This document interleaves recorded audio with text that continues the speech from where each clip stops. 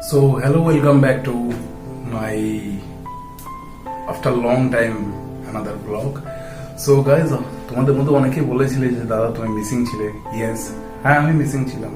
মাঝখানে হয়তো তোমরা দেখেছো কয়েকটা রিলস আমার। তো সবার প্রথম বলে দিই, যারা চ্যানেলে নতুন বা যারা চ্যানেলে পুরনো যারা দেখে এসছো তারা জানো আমার লাইফ।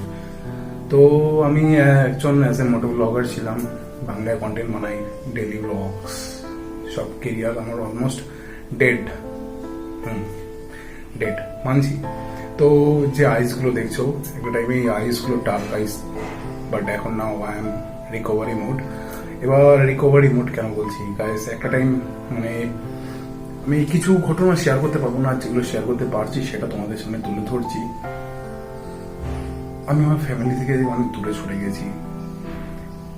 আমি আমার আগের জীবনের থেকে ভেঙে গেছি।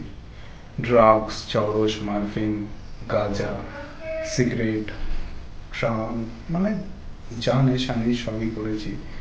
বলতে আর কোনো দুঃখ নেই, কারণ আমি তোমাদের সামনে সব পুরোটাই ট্রান্সপারেন্সি রাখছি। কারণ তোমাদের মধ্যে অনেকেই আমি দেখছি কমেন্ট করছো।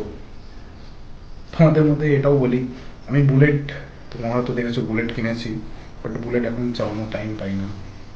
বুলেটটাও কিনেছি এই নেশার চক করে। কি নেশায় মনে আসলো বুলেট চালাবো, বুলেট কিনে নিলাম।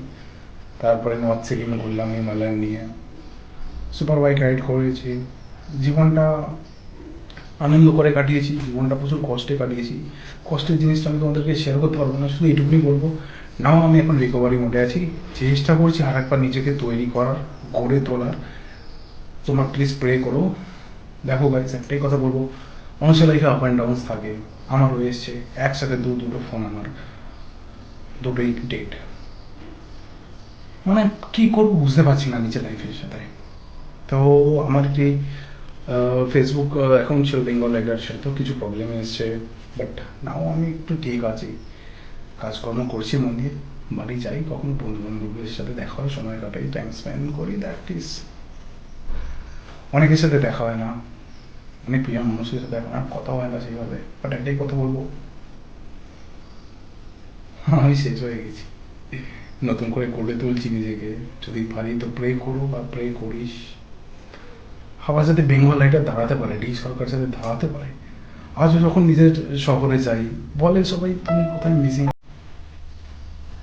মিসিং আমি নিজের মধ্যেই হয়ে গেছি। একটা কি বলতো, জীবনে বন্ধু মানে একটা